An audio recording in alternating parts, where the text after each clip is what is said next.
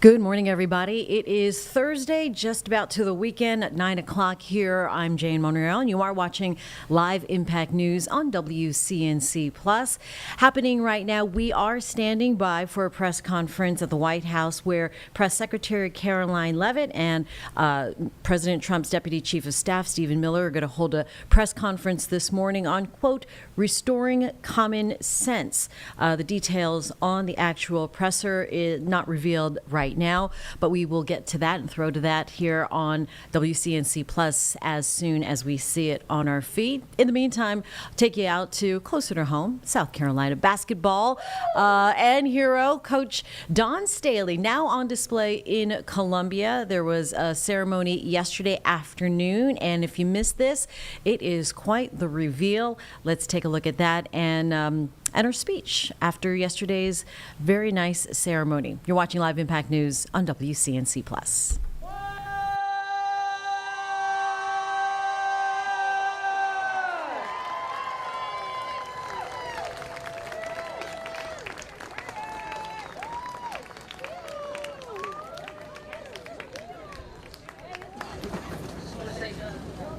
Mr. Mayor, all the dignitaries and everyone that executed this game plan. I know it took a team effort for all of this to get done.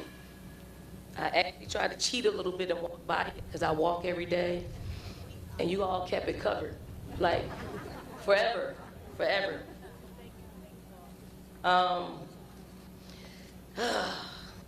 What a warm introduction by the mayor.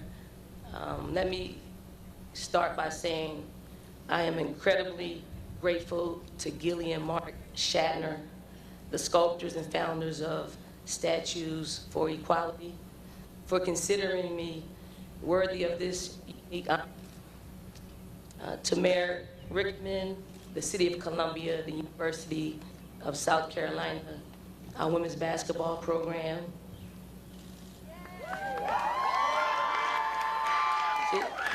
They missed the cue. They've been screaming the whole day and they missed the cue. Our coaches, players, staff, my family, my parents, my mother, and our devoted fams, thank you.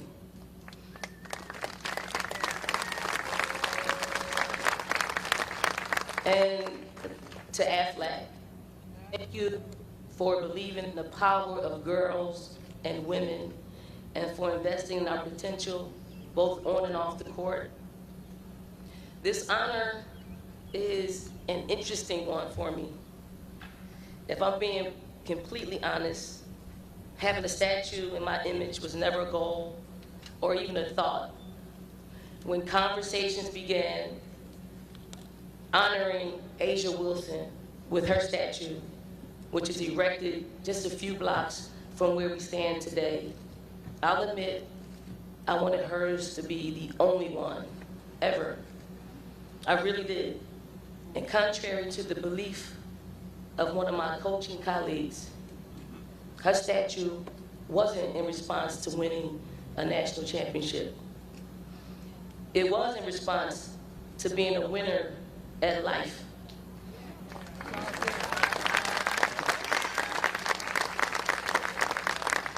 It's a tribute to a hometown hero, a symbol of what's possible for the youth of Columbia when passion meets preparedness.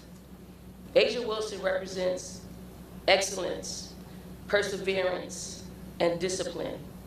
There's no one more deserving, no better example for the young people in this community. So when the idea of a statue honoring me was introduced, I was against it. I didn't think it was necessary, but then Mayor Rickman and Coach Tanner told me about the statues of equality and the unfortunate truth that only about 6%, Mayor, I think you said 5%, I think this statue might have added to that percentage, but only 6% of statues around the world recognize women. The organization's sole mission to correct that statistic, ensuring that women are acknowledged, remembered, and that when women aren't represented, half the population is left out of retelling of history and the many accomplishments women have had in shaping the world. I took some time to check out the Statues for Equality website, and I combed through the many women who have been honored throughout the years. Some were names I recognized immediately, while others I had to look up. But what stood out most was that each of these women, in her own way, had created change. Some quietly, some boldly, but all relentlessly, and most often without recognition. It has always been apparent to me that most women doing the work that creates change don't have platforms. But for those of us who do, we have a responsibility to speak loudly for them and for those women who come after. After all, there is still so much to be done. Did you know that women earn 84 cents on the dollar to their male counterparts? And black women only 66 cents on the dollar. Globally, women occupy only 33% of leadership roles across all industries, and only 10% of all Fortune 500 CEOs are women, which means we are effectively locked out of the boardrooms where decisions are made for and about us. It's important that we all representation to speak for our own interests, because representation matters. So I agreed to the statute, not for me, but for the girl who will walk by one day and wonder who I was.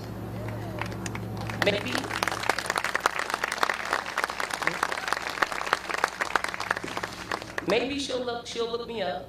She'll see that I did some things in basketball, of course, but I hope she sees much more. I hope she sees that I was a champion for equity and equality, that in my own way, I pushed for change, that I stood proudly in the space God called me to inhabit, not as someone perfect or extraordinary, but as a regular girl who used her gifts to open doors so other girls wouldn't have to knock as hard. Good job,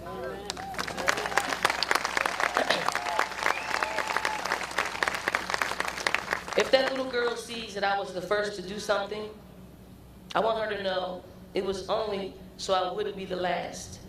I want her to see me as an example of what can be accomplished by giving intentional effort every day.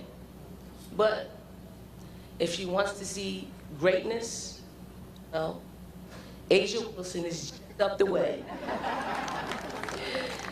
It is only by God's grace that I'm standing here today. I know that for sure. And if I said it once, I've said it 1,000 times. I am merely a messenger. There is no victory or honor I can claim as my own. All glory belongs to God, forever and always. Thank you from the bottom of my heart. Thank you.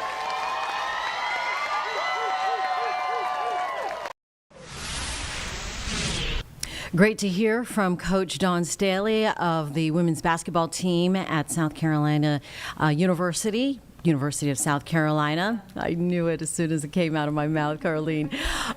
Gamecocks and her statue being revealed there in Columbia. We do see that Press Secretary Caroline Levit has taken the stand at the White House. We will go to that press conference and play it from the top for you in just a moment. But right now, I want to talk about what's happening today. It's your chance to weigh in on the city's biggest transit plan. Charlotte leaders say they're closer than ever to locking down the support needed, but a few hurdles remain. Our Ben Thompson taking a look now at some of the elements this morning. This spring, Charlotte leaders are busy pushing state lawmakers to sign off on the city's sweeping multi-billion-dollar transit plan. But community advocates say there's another group they need to worry about. If this transit plan is going to pass, it needs black voters. Nothing in Charlotte-Mecklenburg passes without the majority of black voters supporting it. No bond, no tax, no referendum. Nada. Colette Forrest runs the Charlotte Black Voter Project, representing nearly 250,000 voters. It sounds like to me that you're saying the black community has almost been an afterthought when it comes to this transit plan. Absolutely. I couldn't say it better myself. Tonight, the group is hosting a transit town hall featuring the mayor, Congresswoman Alma Adams, and others. Forrest argues the best parts of the plan, like a commuter rail, benefit Charlotte's wealthier northern suburbs. Why do we have to be regulated to bus? Why can't we reimagine what transit looks like and have light rail in the black communities? But the two bills currently up for debate in Raleigh limit the city's investment in rail lines. In order to get Republican support in the General Assembly, Charlotte's plan must also focus on roads and more bus service. It will represent significant new investment and enhancements to the region's transit system. Once the state signs off, only then voters will get to say on a half-cent sales tax put on the November ballot. But a key voting bloc could be in limbo. We're tired of being an afterthought.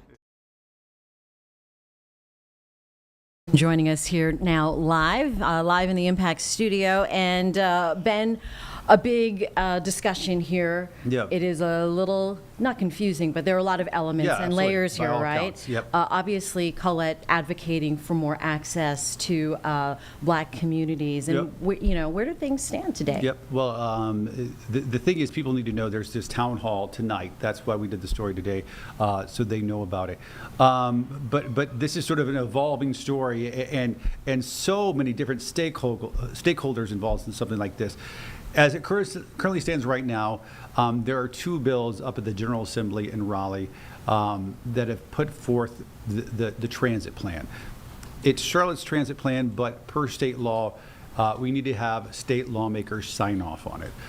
So that's why it is where it is right now. Now, if they approve of it, then it goes to voters in November on a referendum for a half-cent sales tax. And Colette, in my piece, is talking about if this goes to voters right now, there's a lot of folks in the black community that need convincing because disproportionately black and brown communities are more likely to use public transit. And she says, as of right now, she doesn't think that enough of the projects are going to benefit those same communities.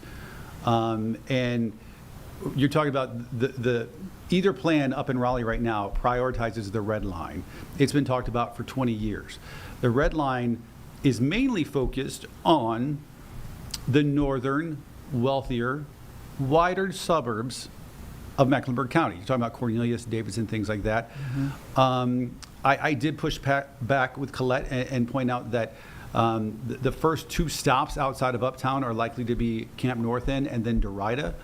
Accessing communities of color in both places.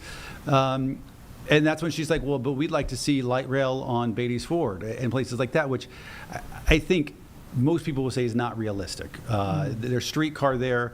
And as I mentioned in the piece, state lawmakers have already capped and said, hey, there can only be so many rail lines. We need to, in order to get our buy-in, Republicans in Raleigh, there needs to be a lot more focus on buses and roads and other things, not just all rail all the time. So even if city leaders agreed with Colette and said, yes, let's do light rail everywhere, they're not going to be able to. For one, it's prohibitively expensive. And for two, Raleigh lawmakers would not agree to that.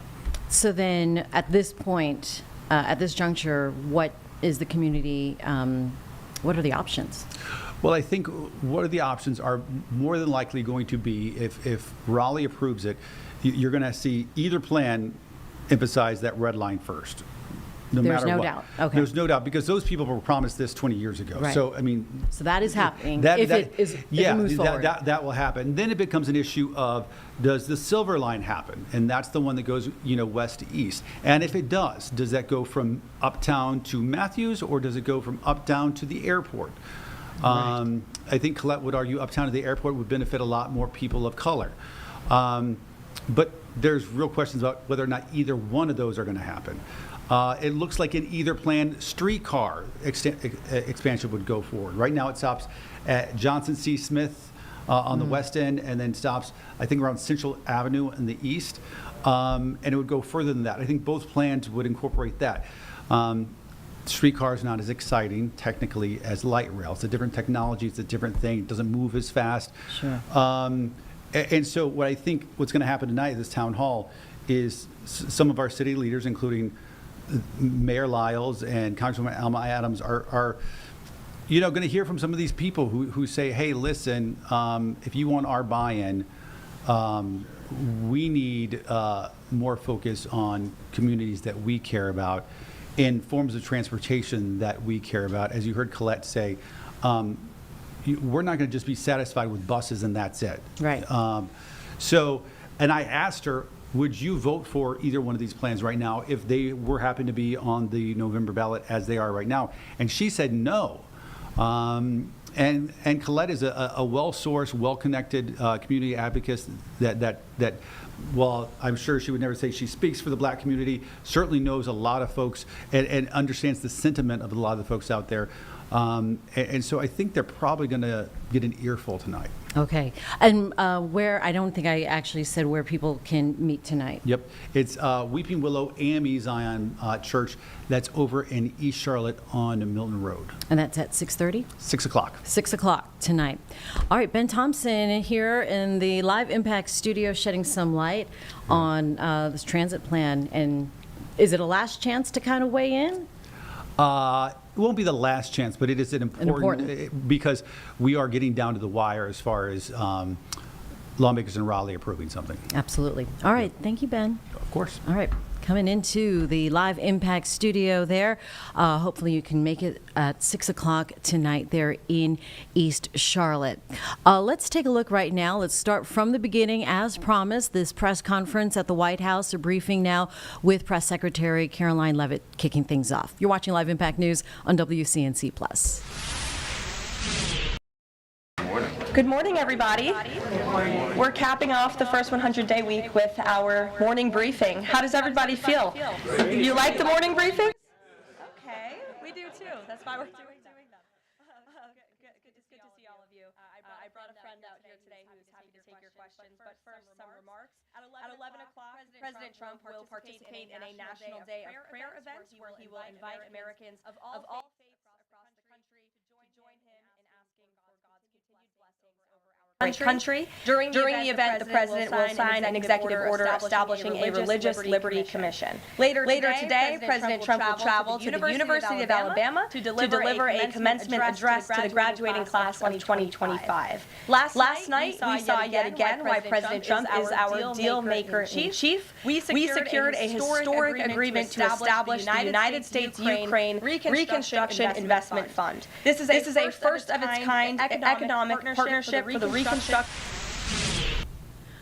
A little echo there, so we're going to sort that audio out and get back to it. In the meantime, new data, we talked about this yesterday with the economy showing a shrinking of 0.3% in the economy. Let's check in with Alice Barr, who's in Washington with the latest.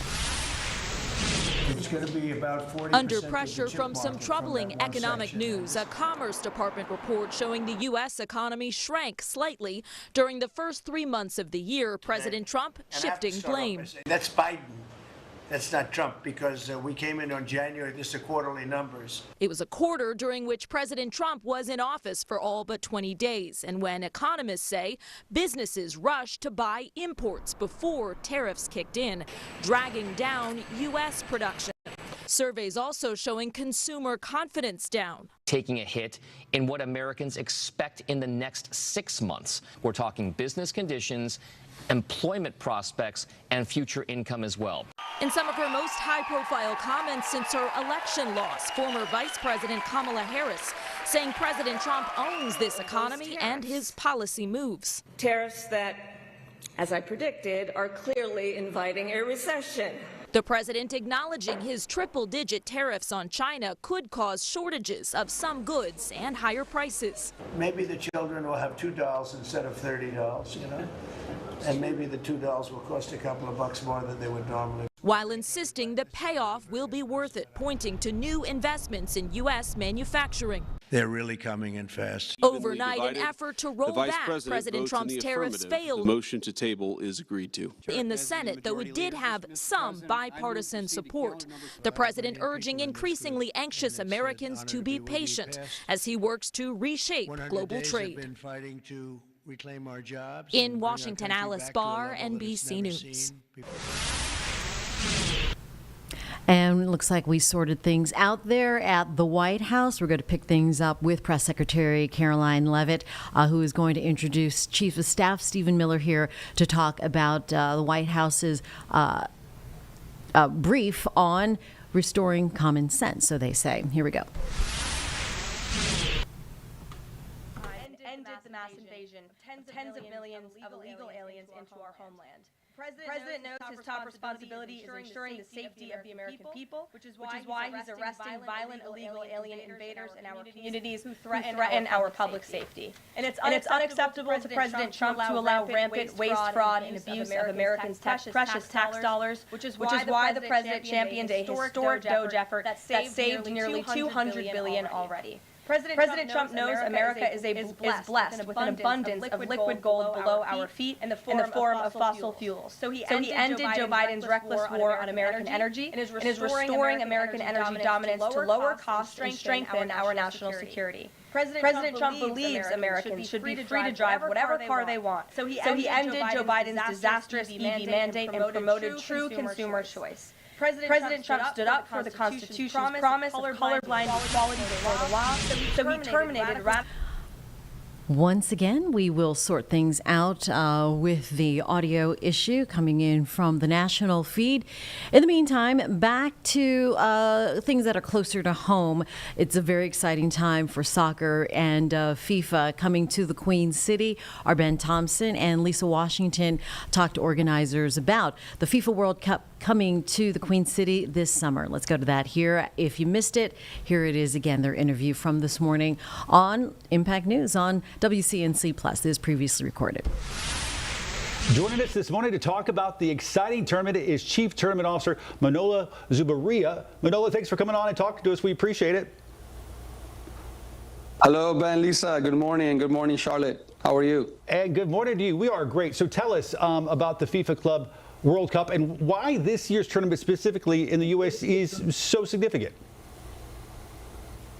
Well, it's historic. It's the first ever edition with 32 clubs from all 6 continents and from clubs all over the world. We have 20 nations represented, but we have over 83 countries represented by the players who for the first time will compete with as many clubs. It's the most inclusive and the largest ever Club World Cup, and it's coming to the U.S. We know that soccer or football has increased across the U.S., but what should the average American sports fan who doesn't typically follow soccer as closely expect to see with this summer's tournament? Well, it'll be an exciting, 30-day event. It will go by with so much excitement. 63 matches played in these 30 days. So it's not your traditional league that goes for like 9-8 months. So there'll be a lot of excitement. These games mean a lot. It's not your traditional summer-friendly tour that some of these fans may have occasionally been to. This means a lot. There's a lot at stake, and it'll be the first ever largest Club World Cup. And Manola, it's not just the action that you're talking about, but also some of the biggest names expected to play in the tournament. Tell us about them. Yes, I mean, these are some of the best, if not the most of the best top players in the world right now from across the globe. I mean, in your market in Charlotte, you have Real Madrid coming to town, Vinicius Juniors. I mean, there's so many players. There could be also new players coming for this competition. Real Madrid likes to bring the top and the best. You have Bayern Munich. Again, these two alone are just some of the best, probably top 5 clubs in the world. There's Kylian Mbappe in Real Madrid, Vinicius Juniors. You have Müller in Bayern Munich. I can go on, Erling Haaland. There's so many players coming that for the general fan, this will be an opportunity to see them up close for the first time. And many of these clubs have like rich traditions. I mean, they're known, they have storied players there, so it's certainly going to be an exciting time. Again, if Americans aren't used to this, it's going to be exciting, even for those who don't quite understand the game. Yes, it's exciting, as you said. Sometimes you watch these games occasionally on television and just seems so far, right? They're either in Europe or South America. This is an opportunity to see them in your backyard. There's 4 great matchups in Charlotte. You have the opportunity also for 2 round of 16 games with the uncertainty of which teams will qualify. I guarantee will be some of the best teams in the tournament if they make it that far. You also have Benfica, historical team from Portugal, and Pachuca from Mexico. Again, these are some of the best clubs in the world. And I'm told we got to get out in time, but tell us one line. How do people find out more information? Of course, FIFA.com/tickets for all information and the opportunity to buy tickets for all of the 63 matches. All right, Manolo Zubria. Manolo, thanks for coming on. Thank We appreciate you so much. it. The FIFA Club World Cup matches coming to the Queen City are happening June 22nd and 24th. Again, the following weekend on June 28th and 30th. Very exciting times there, and look at this beautiful picture of the Queen City. This is why they're coming here. So enjoy today. It is a little on the sticky side, but just wanted to show you a nice morning view of uptown Charlotte. From there, we'll take you into space, literally. This is a live picture right now of spacewalk happening just outside of the International Space Station. Upgrades there with 2 NASA astronauts. They're venturing outside the ISS to complete some station upgrades. Always kind of fun to watch that. They will be in and out or right there for 6.5 hours working. That spacewalk underway right now along and outside of the International Space Station. All right, a couple of live pictures for you there. Want to talk about right now what is hot, what's been hot for a long time. Video games, one of the largest entertainment industries, nearly 3 billion people playing across consoles, computers, your mobile devices. Carlene, I know you're one of them, right? I am. Yes, I know. I'm a console girl. So, okay, console. Yes. She's so excited for the Switch to come out. And Carlene, since I'm talking to you right now, yes. About the Switch. Yes. What's the latest on the pre-orders? I can't get my hand on a pre-order. You tried. I tried all of them when they came out. It was on 24th on midnight. I tried all of them. Target, Walmart. I did GameStop the next day, and you can't get your hands on it. Is that right? Okay, because they were supposed pre-order was available last month at midnight. April 24th. Not too I long was now. up. Okay. And I tried. All right. I Well, did not succeed. So you will, though. You will. Hopefully before the release, if I have which to go is stand in line. I know. It's June 5th is the release. June if I have to 5th go is the stand in release. line, I'll do it, Jane. All right, I know, and you're willing to pay the $400-something for That's it too. $500. $500 for the bundle. Yeah, I'm gonna pay it. You're gonna pay it because people. That's your decompressing tool. It is. So it's everything. It's everything. It's fun to That's my decompress. splurge. That is the splurge. And would you say you're addicted? I wouldn't say addicted, but it's something I do pick up multiple times a week. Okay. Yeah. All right. Yeah. It's a healthy. It's healthy. It's a little decompression for Miss Carlene there, but there are some risks for gamers. Not addiction without the game addiction. There's also the strain on your hearing, right? Carlene, you're not deaf. I'm not deaf. Okay, not deaf. I'm not deaf. I'm not deaf yet. Yet. Hopefully watch the communication. I do try to keep it on the lower side. All right, and that's why we are bringing in Dr. Gautam Gosu from Charlotte Hearing Loss, right? Hearing and Balance Solutions. Hearing Balance Solutions, because balance is affected by hearing. Yeah, it is. Right. So, Dr. Gosu, talk to us about the latest revelations or data regarding hearing loss when it comes to gaming. Absolutely. Thank you for having me. Yes, thank you for coming in. We've talked before. Yes, we did. So we had some good conversations, but this seems relevant today. So the recent data from WHO indicated that about 1 billion people will be affected. Their hearing will be affected because of the esports games and stuff like that. And along with that, Journal of American Medical Association, they also published an article about half the young adults are exceeding the recommended limits for the noise kind of thing. Wow. So games are fun. as you said, like they are decompressing, they are very immersive, it's very enjoyable and everything. But people have to take them responsibly. Right. You don't want to be like,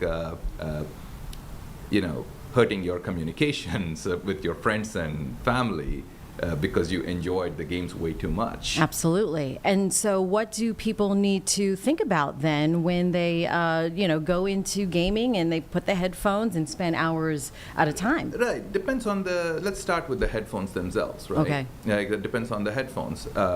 Closed back headphones are pretty common. However, they are very immersive, great headphones and whatnot, but they're not for protecting your hearing. If you are playing some of the games with the explosions and gunshots and stuff like that, you can get up to like 95 to 105 dB. Wow. Okay, just to give you a reference point, OSHA says if you are exposed to about 90 dB, you cannot go more than about 4 hours. Okay. If you are at 95, no more than 2 hours. Okay. 100 dB, about an hour. So now let's talk about that, like how many people sit there and play for about 3, 4, 5, 6 hours straight without even taking a break. Obviously, you're putting a lot of stress on those ears. Right. Children, particularly vulnerable to this. Talk about that specific group, because now kids younger and younger are starting to hit the console and whatnot, playing video games for hours at a time. Correct. So I do understand the limitations that come with noise-canceling headphones with gamers and stuff like that, but it's, on a long run, it's like really, really helpful. Picking a spot where you're playing. If you're not sitting around with where it's extremely noisy, then using a noise-canceling headphones, you're not going to crank the volume up. The second thing, go into the settings on your consoles, adjust the explosion sounds or the gunshots or something like that. We can lower them a little bit to enjoy them more responsibly. There is a 60-60 rule, which is always used. You don't want to turn the volume up more than 60%, and you don't want to go straight for about more than 60 minutes. About a 5-10 minute break for your ears, okay? Right. Your body will tell you when it's pushing it. Because these are young adults, I guess it's one more thing for the parents to take care of. Right. Just reminding them, like, hey, how loud is it? Kind of a thing. Exactly. And it's one of those things where adults, at times, we lack self-awareness. But when we do, we're like, okay, that's getting a little too loud. Right. It's kind of buzzing in my ears. But then, yes, how do you monitor your kids? Right. That's, you just keep asking them, educating even the kids. They are smart enough. Most of the people don't even realize how loud they're listening to things until it's too late. Right, exactly. Ringing in the ears, that's pretty common, right? You got a long game going for a couple hours and stuff like that. You take your headphones off. Some people say, I got a little bit of ringing in my ears. Or some people will say, my head feels kind of dull, muffled, kind of a thing. Those are all sensations. Those are all symptoms of saying like, hey, you're pushing the limits, kind of a thing. So taking back just a little bit would help. You can enjoy it much more responsibly. And what are the risks for prolonged hearing intensity like this? Straight out, hearing loss. Hearing is a one-way street. It's going to go down, not coming back up. So when you have it, you want to protect it. And we all do lose hearing with a lot of things. You don't want to add one more thing into the picture, so we start dropping the hearing much, much, much earlier in the age. Right. And once it's gone, it's gone. It's, there's no medications for it. Oh, and you and I have talked about hearing loss. It's more than just the sense of hearing. Correct. It is related to so many. Imbalance is one of them. Exactly. Yeah, and then go into a little bit of that, because it can indicate other issues in the body or could lead to certain conditions. The hearing loss itself is a much more complicated subject. You're talking about hearing. You're not communicating with your family and friends, leads to social isolation. It puts a lot of stress on your brain, puts some kind of issues with cognition. Then you're talking about if it's unilateral hearing loss in one ear more than the other, that can result in some balance issues. Ringing in the ears is pretty common. That's disturbing to some people. quite a few people actually. So there's multiple aspects of multiple things hearing can affect. Right. Rather than going into all those things, protecting it should be our first goal. Exactly. And let's get back to gamers for a bit. Is there a difference between hearing risks with gamers that may face a different risk than just listening to music? Yes and no. Exposure to noise will cause hearing loss, but with the gamers, it's a continuous exposure. Okay, you're talking about like 85, 95 dB constant. Usually with the music, earphones and stuff like that, people don't go for such a long duration straight at one go. Okay, so again, even the music, you got to listen to it a little responsibly. Your body is telling you, back off. Just back off a little bit. Right. And as parents should be aware. I mean, you said another thing to watch, but it is an important thing to watch. You got to tell them like 100 times. Hopefully one time it will stick. Good habits to build there. Dr. Gosu, anything else we should know when it comes to hearing health? Hearing health, just protection is the way to go. Regardless of its games, music, anything like that, you always want to, enjoy it responsibly to protect your hearing. Exposure to noise can lead to a lot of different things. So, protection. And you're here in Charlotte, in the South Park area. If people wanted to get more information or get tested, absolutely. How do people contact you? Hearing and Balance Solutions. We're in South Park in Charlotte, and they can get into our website, hearingsolutioncenter.com.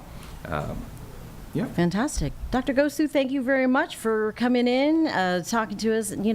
It's fun to decompress, Carlene, but you got to watch, the headphones and the volume. Yeah. Call me Mom. I know, you're Jane's my surrogate mom. Yeah, I don't play that many games with a headset anymore. I used to. Yeah.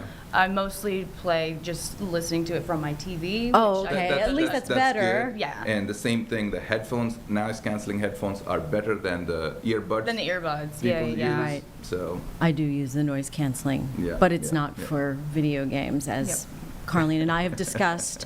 I don't have the coordination. I'm old school with just the I can Tetris and Pac-Man. I can teach you with one joystick. Hearing responsibly. I can teach. Yeah. Okay. All right.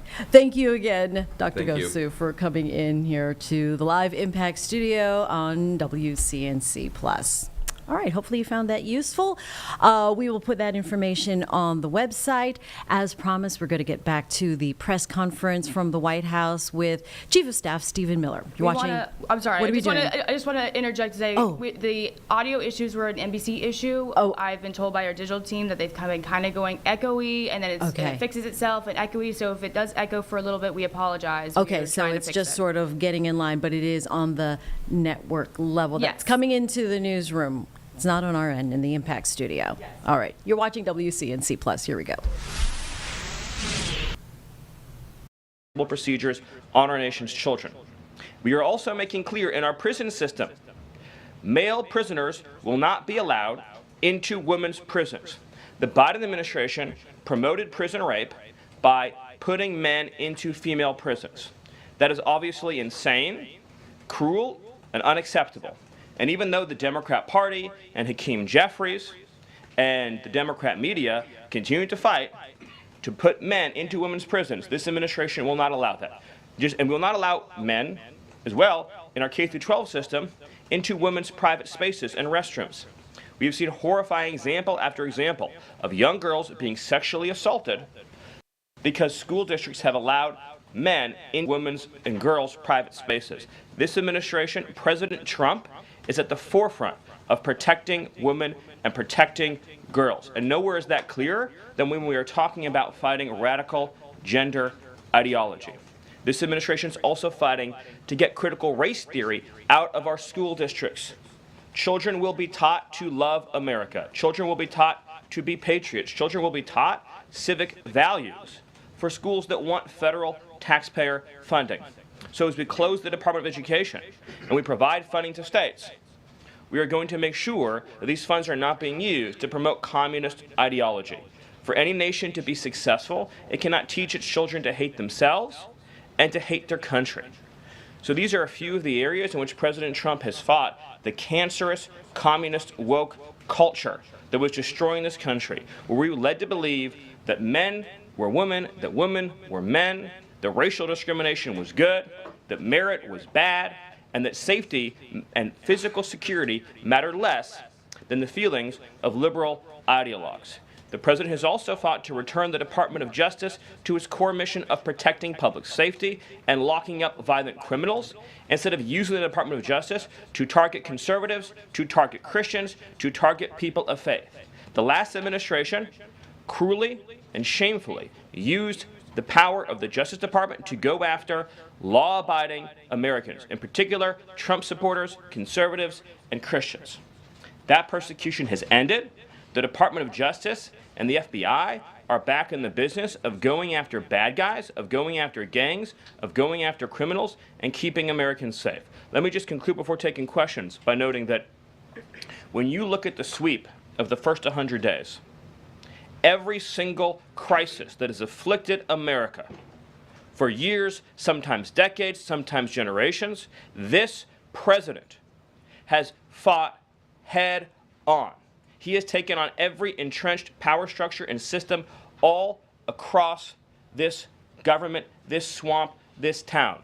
That includes, of course, the DOGE efforts to slash corrupt, wasteful government spending, graft, and corruption, and to stop billions of taxpayer dollars from going to radical left NGOs. These are left-wing nonprofits that are used to advance illegal immigration, to advance open borders, to advance gender ideology, and to advance all of this insanity that has been turning our country in the wrong direction for so many years.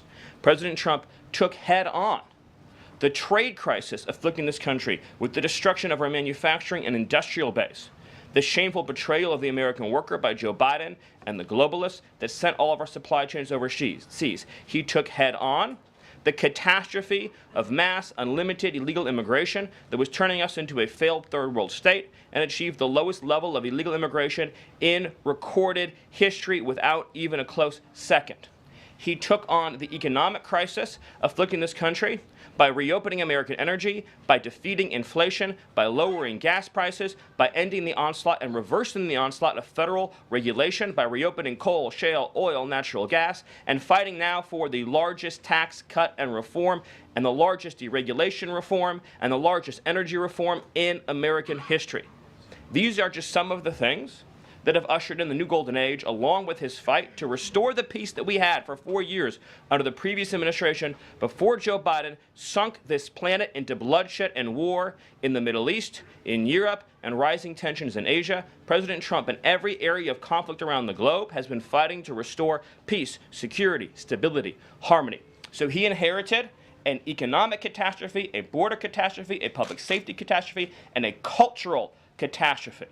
And in every case, he has reversed those catastrophes and brought America into the new golden age. So I thank you for your time, and I look forward to any questions you have. Awesome. Thank you, Stephen. And as always, we'll start with our new media seat today. Chris Bedford from the Blaze Media. Why don't you kick us off? Thank you very much.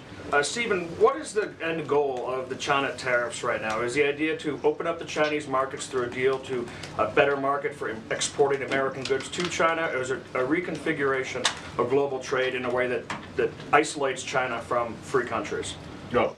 So China is a unique situation, obviously. The president has talked at length about what happened to us economically since China's entrance into the World Trade Organization and the trillions and trillions of dollars of trade deficits that we've racked up with China over the period of that time, and what that's meant for our national security, what that's meant for our economic security, what that's meant for our supply chains.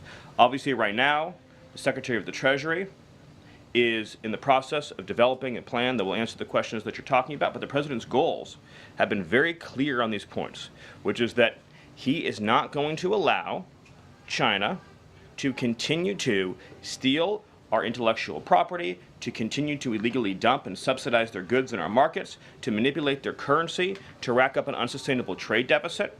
We need to have a trade relationship with China that does not do harm to our nation's economic and national security. And that has to be the guidepost of any objective. At the same time, tariffs will bring significant revenue into this country that will allow us to pursue our dramatic plan of tax cuts and reforms. Awesome, great. Bloomberg, go ahead. Hi, first to you as well, similar to that question, I'm curious, Kevin Hassett went on CNBC this morning, he said that they were expecting some sort of news on tariffs by the end of the day. Do you have any insight into that? I don't want to get ahead of any announcement, but I'll just reiterate that right now, countries from all over the world, because of President Trump's leadership, are desperate and dying to make trade deals with the United States. We're going to evaluate each of those deals, and President Trump is personally involved in making sure that these negotiations serve only one interest, which is the interest of the United States of America, and we'll end up with a deal in these cases where, yes, the other countries, obviously, will have their own demands and their own interests, but nothing will go into effect that doesn't serve the interests of America and the American people. Great, thank you.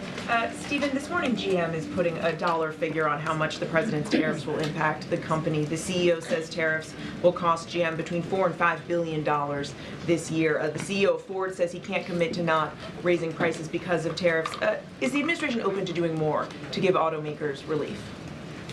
The question, unfortunately, misses the entire point, which is that U.S. automakers have announced dramatic investments and expansions inside the United States. American auto plants are growing, they're expanding, they're opening new facilities, they're expanding existing facilities that are already in operation, because it is now the case that for the first time in our lives, that American cars receive preference in America's markets. The U.S. auto industry used to control the entire world. I believe the number during the heyday was that 70% of all cars in the world were made in Michigan. And now, of course, we've become a tiny fraction of the global market. And the reason for that is because the United States opened its markets to every single foreign cheater and every single foreign nation that subsidized its goods on the face of the earth, and their markets have been closed to ours. Japan closed their market to our cars. The entire EU closed their market to our cars. South Korea closed their market to our cars. All of the countries I just mentioned have tens of billions of dollars of annual trade deficits in automobiles with the United States. These are supposedly pure nations, nations that have at least a somewhat equivalent per capita GDP. So it is impossible under the terms of fair trade, if you have two nations with similar per capita GDP, to have such uneven trade flows in automobiles. What the president has done with his car tariff, we have the most desirable market in the world, is if you want to sell cars tariff-free, tax-free to our market, your plant has to operate in the United States. The only alternative to that is to have no U.S. automobile industry whatsoever, which is where this was headed, to be clear. If we stayed on this current path, within a few years, there would have been no U.S. automobile industry. And what little was left of it would have been in Mexico. Because U.S. auto companies have steadily been shifting their supply chains to Mexico, where they believe it is cheaper to make their products. In reality, it'll be cheaper to make them here because there'll be no tariff for anything made in the United States, and we'll have the cheapest energy and the best regulatory environment in the face of the earth. But in the meantime, while manufacturing ramps up, American consumers may pay more. Do you agree? Not on cars they won't, because again, there's now a massive economic incentive for automobile producers to expand production in the United States, and whatever they make here, there will be no tariff. We'll go to the back row. Go ahead. Thank you, Caroline. Today, the U.S. Chamber of Commerce released a letter to the Trump administration asking for small business tariff relief. They say that's necessary because in order to save small businesses and to stave off a recession. Stephen, is the administration considering small business tariff relief? The relief for small businesses is going to come in the form of the largest tax cut in American history. A tax cut, by the way, that every single Democrat is planning to vote against. They're voting for a tax hike on every middle-class family of about $4,000. The president has made clear that there will be 100% expensing for investment in the United States.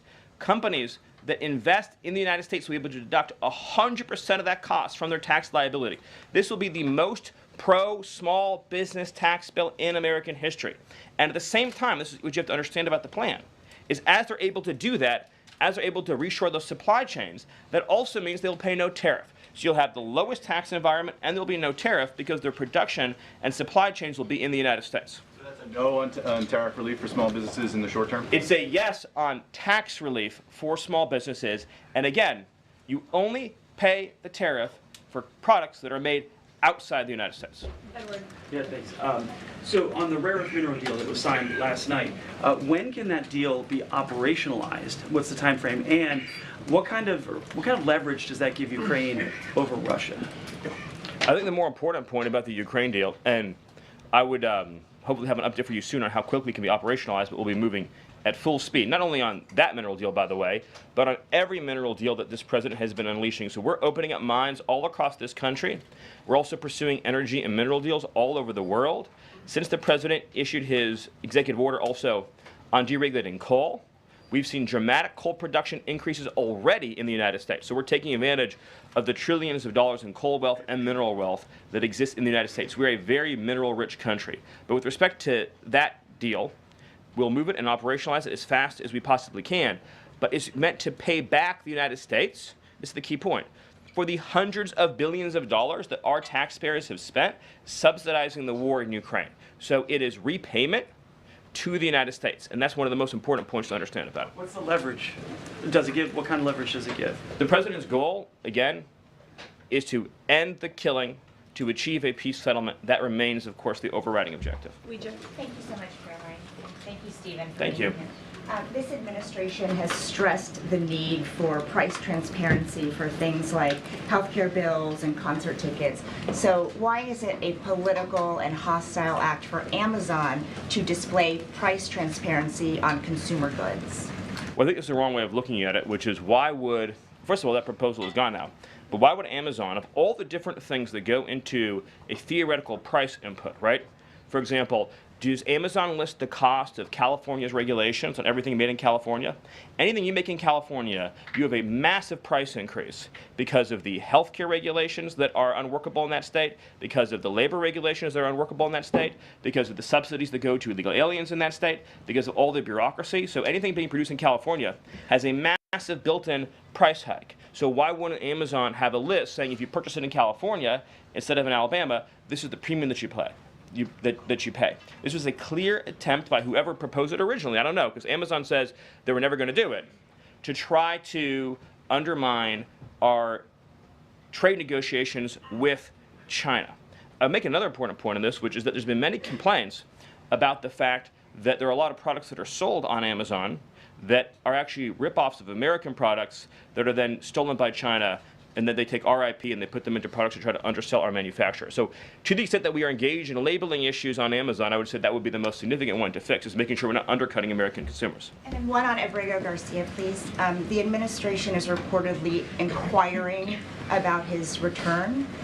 Is that to check a box for compliance, or does President Trump want him back on U.S. soil, or both? So, as Secretary Rubio said yesterday in the cabinet meeting, this administration is not going to publicly discuss the inside details of our foreign policy and negotiations with a foreign country. And in particular, we are not going to allow a district court judge to try to become the Secretary of State.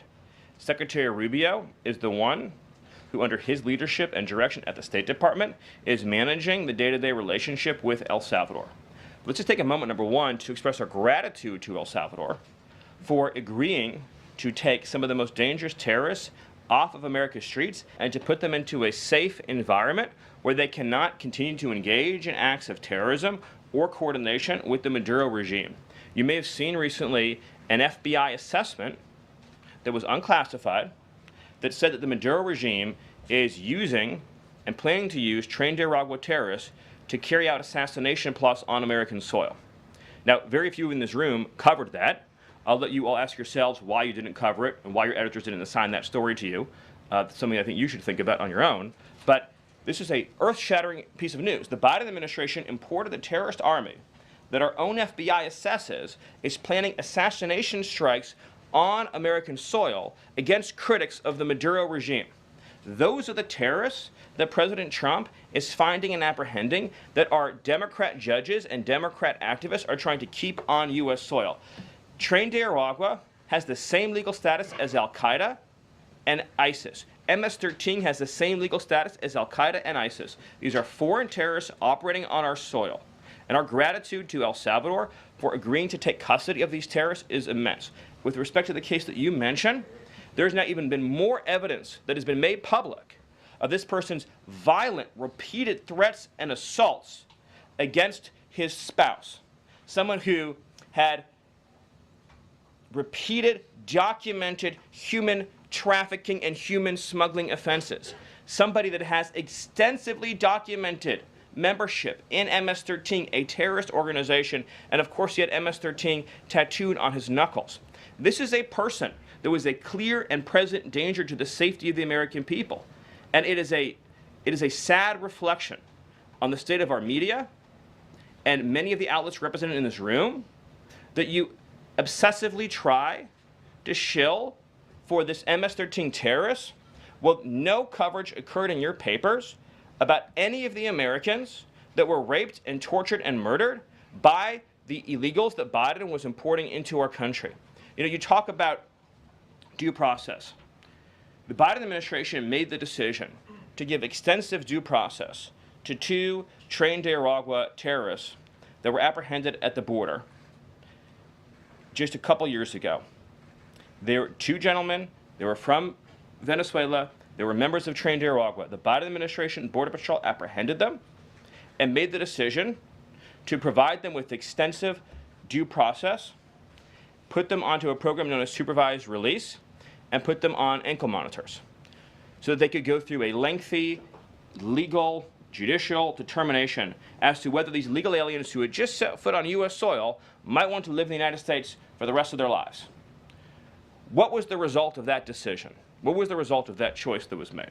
Those 2 men kidnapped a young girl named Jocelyn Ungary from her family.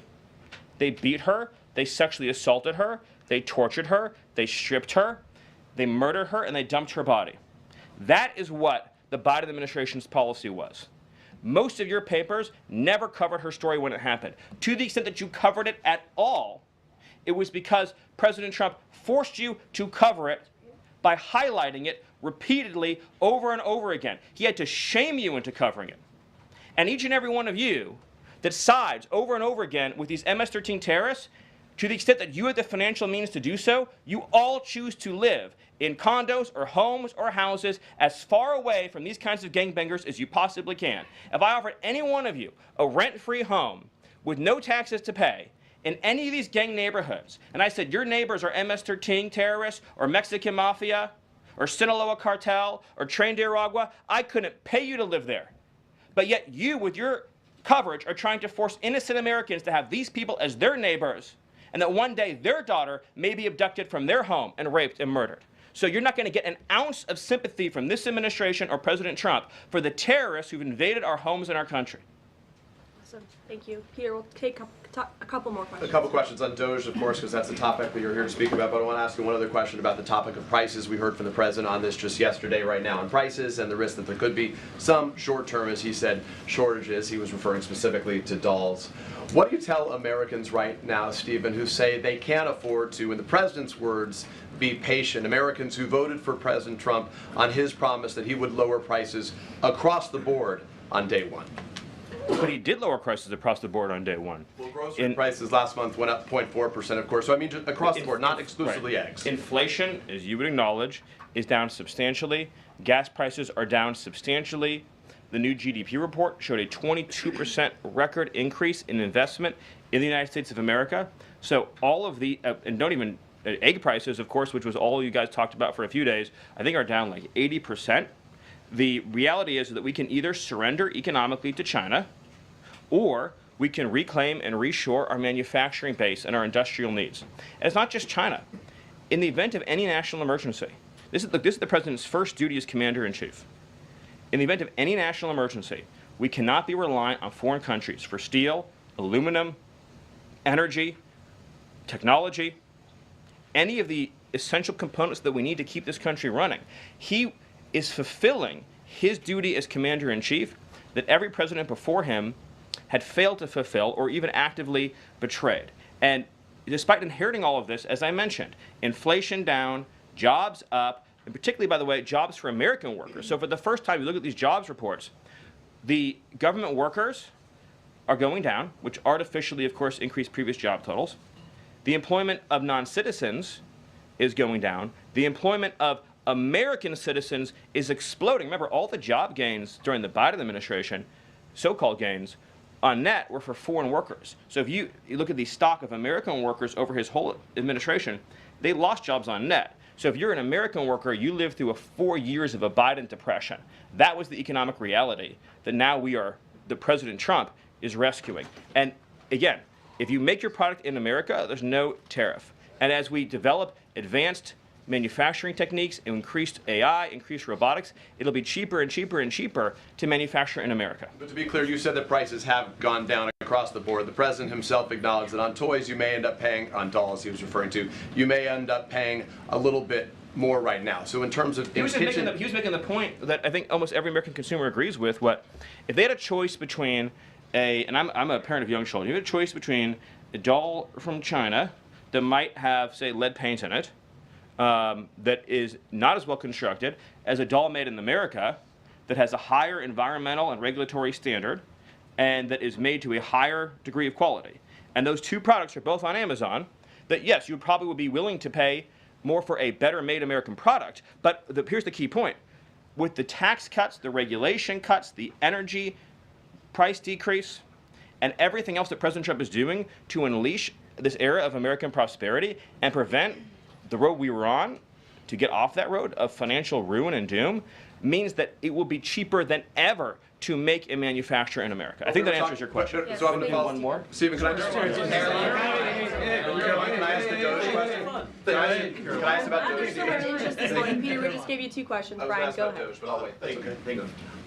Last night, Kamala Harris delivered her first major speech after losing the election. She attacked Trump personally, attacked the policies. Any comment from the White House on that?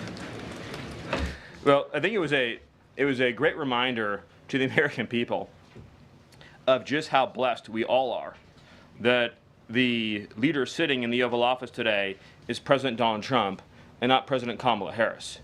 It was a helpful reminder of just what a travesty and a tragedy that would have been. It would have been the end of America. And it gives me a chance to bring this whole thing home. If we continued on this road of radical regulation, choking off American energy, sending our supply chains to foreign countries, taxing our economy to death, pushing this cancerous woke ideology on our children, ending merit, ending scientific innovation, ending public safety, allowing, everyone goes to the stores these days, everything's locked up, criminals roam free, law-abiding citizens under the previous administration were punished while gangbangers were given red carpet treatment. Democrats, of course, are still giving gangbangers red carpet treatment.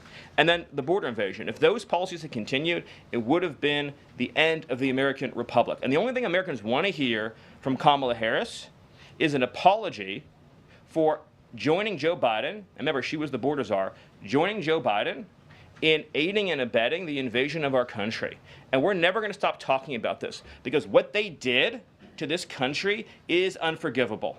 It is an eternal stain on the Democrat Party. Every day we read another story. Every day we arrest another alien they let into this country who raped a child, who beat a woman within an inch of her life, who murdered a mom, who murdered a dad, who trafficked drugs into this country, who trafficked fentanyl into this country, who are responsible for dead and slaughtered Americans. And I don't know what's broken in the Washington press corps, that none of that moves them emotionally. The only thing that gets them exercised is, do we need to have more trials for terrorist supporters? Do we need to have more trials for gangbangers? Do we need to have more trials for illegal alien invaders? Even though Congress and the Constitution clearly say that you can expel invaders and illegal aliens quickly, efficiently, and properly. This president has literally saved America, and I could not be prouder. I could not be prouder, as I know Caroline feels the same way, to come every single day to this building where we have a leader sitting in that office whose first, last, and every thought is the safety, prosperity, security, and sovereignty of the citizens. That's an important word, people. Citizens of this republic. Thank you all. Thank you, Stephen. Thank you for your time. Thank you, everyone. And just to add on the Kamala Harris point, I think I speak for everyone at the White House. We encourage Kamala Harris to continue going out and do speaking engagements. You'll hear from the president at 11 o'clock. See you guys later. A report the president. Just wrapping up a White House briefing from the White House this morning with Deputy Chief of Staff Stephen Miller and Press Secretary Caroline Levit. Their message this morning, restoring common sense. I want to take you out to some breaking news right now. We are hearing hearing about the arrest of a Lenoir woman. This is her, Paige Nicole Blue, and she has just been arrested, according to Lenoir Police Department, yesterday following the extradition from Lee County, Florida. The arrest result of a more than 2-year investigation. Back in March of 2023, officers responded to a home in Lenoir, responding to a report of an infant in cardiac arrest. That infant pronounced deceased at the home later that morning.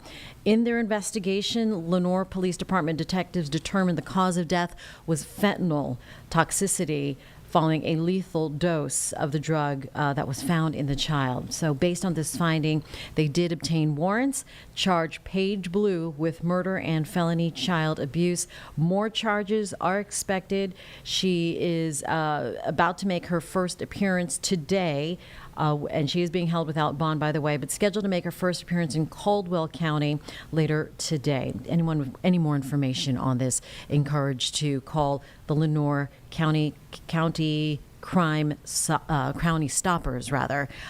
But Paige Nicole Blue of Lenoir arrested, mother accused of killing a child. Back out here, you're watching Live Impact News on WCNC Plus. I'm Jane Monreal. Just about 10:05, I want to take you out to Florida now, where Florida Governor DeSantis and Deputy Director of ICE Sheehan are discussing an operation, the largest immigration operation in Florida history. Let's take you out there live now on Live Impact News on WCNC Plus. Continue to be safe. I'd also like to thank our federal partners, including CBP, the U.S.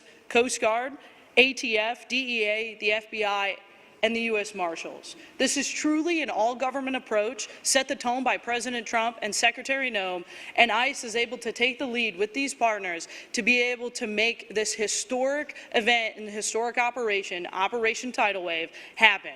Again, I'd like to thank Governor DeSantis for his continued support, commitment to the people of ICE and the people of America to be able to get this done. I'd also like to thank President Trump and Secretary Noem for their continued leadership and commitment to the American people. Thank you.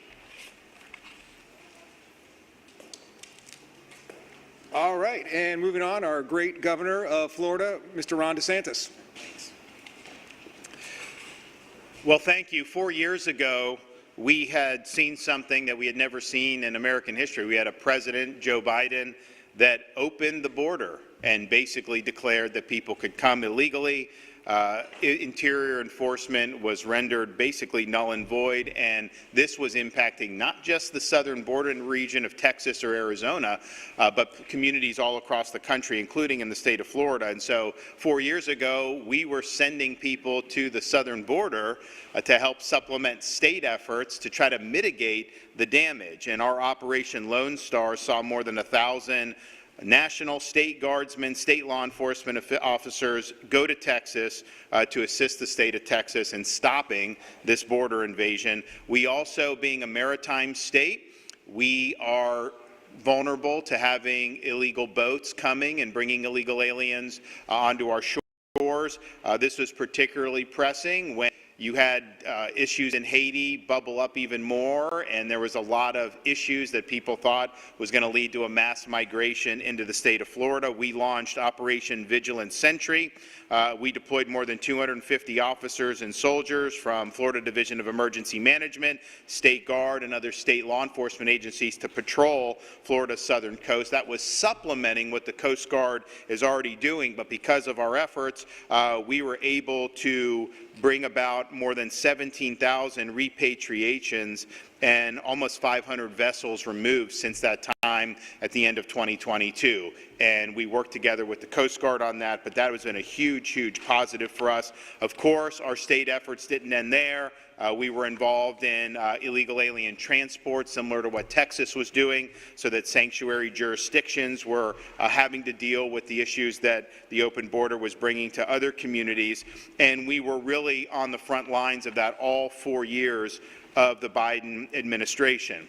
Enter the 2024 election and the election of President Trump again. Border security and immigration enforcement was perhaps the signature issue of the president's first campaign in 2016 and this one where he got reelected. So we saw an opportunity to have a much different relationship with the federal government as it relates to immigration enforcement. So immediately I instructed our state agencies to engage in what are called 287G agreements with Immigration and Customs Enforcement, which basically leads to our state agencies being able to exercise authority in the immigration sphere to supplement and cooperate with the federal government. And we know that ICE had a rough run under Biden for 4 years. A lot of the things, this 287G program was effectively dormant. Certainly the task force model was dormant. So we did that. So you had Highway Patrol, Florida Department of Law Enforcement, Fish and Wildlife, all those agencies signing agreements. And I think you now have, I read a blurb that you have like 500 agencies, law enforcement agencies across the country that now have these agreements with ICE, and about half of those are in Florida, state and local, which we're really, really proud of. We're also, though, not just stopping with law enforcement. We've also done 287G agreements with regulatory agencies in Florida. Our Department of Business and Professional Regulation, Division of Alcoholic Beverage and Tobacco, the Florida Gaming Control Commission, and the Florida Lottery all operate in what we would consider target-rich environments. During their routine inspection and investigative duties, special agents are oftentimes in contact with people who may be in our country illegally. So we think deputizing those officers in regulatory spaces is going to be another source to lead to these immigration enforcement efforts. Now, when President Trump was preparing to take office, I called a special session of the Florida legislature because I knew that we needed policy in Florida that would require all state and local agencies, law enforcement, to participate in these efforts. We're not a sanctuary state. We ban sanctuary cities, but that just means you can sit on your hands. Yeah, you can't sabotage the efforts, but you were under no obligation to be on the team. We had to battle some of the folks in the House of Representatives in Florida, but we were able to get that done. And so now all 67 counties have 287G agreements with their sheriff's departments, and we're adding more and more police departments each and every day. So Florida's really led the effort there. Some of these agencies would have wanted to be a part of the fight. Others would have rather not have been part of the fight, but because of our legislation, they are all, in fact, a part of the fight. And this is something that's been really, really good. And there's been a lot of great enforcement efforts leading up to Operation Tidal Wave, but this has been the first of its kind throughout the United States. This is the largest immigration enforcement operation that we've seen in quite some time throughout the entire country. Florida state agencies assisted federal authorities to arrest over 1,100 illegal aliens across the state. That is a really significant impact. And we're demonstrating why we're going to continue to lead on this issue. And you see some of the people that were arrested there. These are people that should have never been in our country. Some of these people had been previously deported. Some of these people had been alerted on the Biden administration, but this is something they didn't want to have to do with it. So our folks have worked hand in hand with DHS to really, really make a difference for the people of Florida and for the people of the United States of America. Because I think when you're dealing with people, millions and millions of people here illegally, you see some of these folks who have huge, huge problems in their background, with their conduct, and really put our communities at risk. It's important that the law is enforced. It's important that those people are taken care of. But what it also does is sends the message going forward. The United States of America is serious about enforcing its immigration laws. So whereas under the previous president, you could pay coyotes and come to the border knowing that you'd be home free once you got there, there's a new sheriff in town. That is not going to be permitted. And I think that's one of the reasons why you've had the largest drop in border crossings in American history during President Trump's first 100 days. And so this has been night and day in terms of our state efforts, working with the Trump administration. I think it's going very, very well. That was not necessarily the case under the previous administration. What I'd also say is this: We have the best emergency response team in the country. Our state agencies are very versatile. We have both a National Guard and a State Guard who are used to responding to different types of contingencies. We're ready, willing, and able to take it to the next level. We have submitted plans to DHS to say, if this is approved, we will go off to the races, and we will be able to do really from soup to nuts, from apprehension to detention, even putting some of our people in the National Guard in line to serve as immigration judges to process this. We can do it. And I'd also say, you hear a lot about due process. We have tens of thousands of illegal aliens in Florida at a minimum that have already been issued final orders of removal, and there's hundreds of thousands of them throughout the United States of America. So they.